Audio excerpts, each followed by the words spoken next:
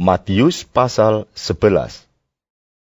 Setelah Yesus selesai berpesan kepada ke-12 muridnya, pergilah ia dari sana untuk mengajar dan memberitakan Injil di dalam kota-kota mereka.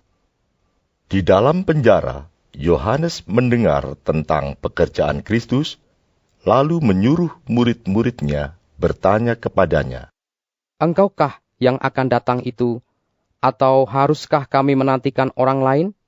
Yesus menjawab mereka, "Pergilah dan katakanlah kepada Yohanes apa yang kamu dengar dan kamu lihat. Orang buta melihat, orang lumpuh berjalan, orang kusta menjadi tahir, orang tuli mendengar, orang mati dibangkitkan, dan kepada orang miskin diberitakan kabar baik. Dan berbahagialah orang yang tidak menjadi kecewa dan menolak aku." Setelah murid-murid Yohanes pergi, mulailah Yesus berbicara kepada orang banyak itu tentang Yohanes.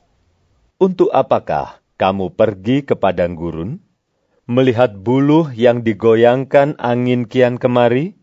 Atau untuk apakah kamu pergi, melihat orang yang berpakaian halus? Orang yang berpakaian halus itu tempatnya di istana raja.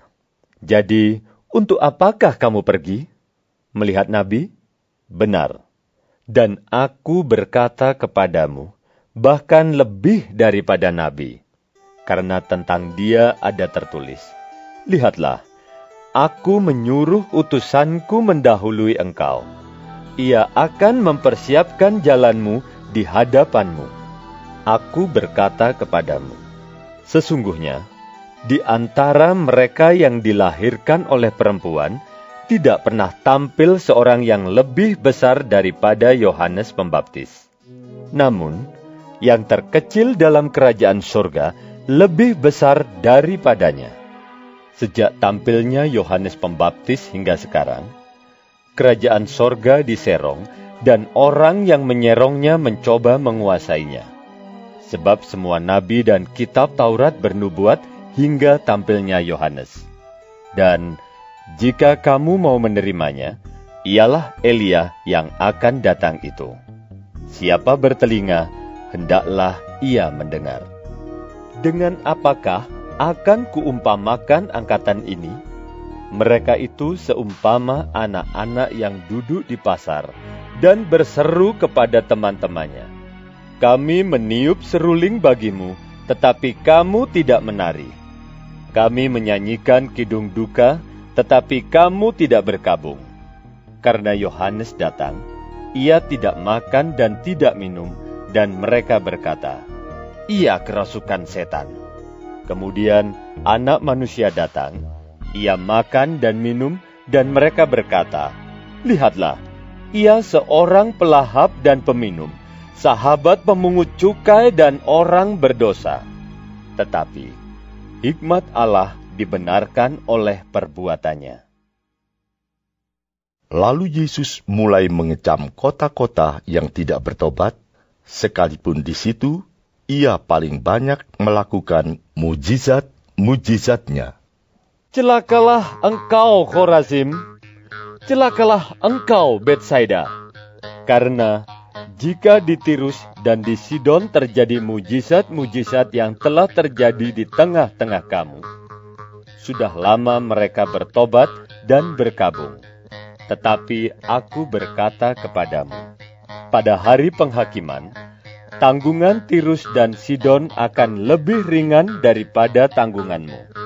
Dan engkau, Kapernaum, apakah engkau akan dinaikkan sampai ke langit? Tidak. Engkau akan diturunkan sampai ke dunia orang mati. Karena jika di Sodom terjadi mujizat-mujizat yang telah terjadi di tengah-tengah kamu, kota itu tentu masih berdiri sampai hari ini. Tetapi aku berkata kepadamu, pada hari penghakiman, tanggungan negeri Sodom akan lebih ringan daripada tanggunganmu. Pada waktu itu, berkatalah Yesus, "Aku bersyukur kepadamu, Bapa, Tuhan langit dan bumi, Karena semuanya itu engkau sembunyikan bagi orang bijak dan orang pandai, tetapi engkau nyatakan kepada orang kecil. Ya Bapa, itulah yang berkenan kepadamu. Semua telah diserahkan kepadaku oleh Bapa-Ku, dan tidak seorang pun mengenal anak selain Bapa, dan tidak seorang pun mengenal Bapa selain anak, dan orang yang kepadanya anak itu berkenan menyatakannya. Marilah kepadaku, semua yang letih lesu dan berbeban berat. Aku akan memberi kelegaan kepadamu. Pikulah kuk yang kupasang dan belajarlah padaku, karena aku lemah lembut dan rendah hati, dan jiwamu akan mendapat ketenangan. Sebab kuk yang kupasang itu enak, dan bebanku pun ringan.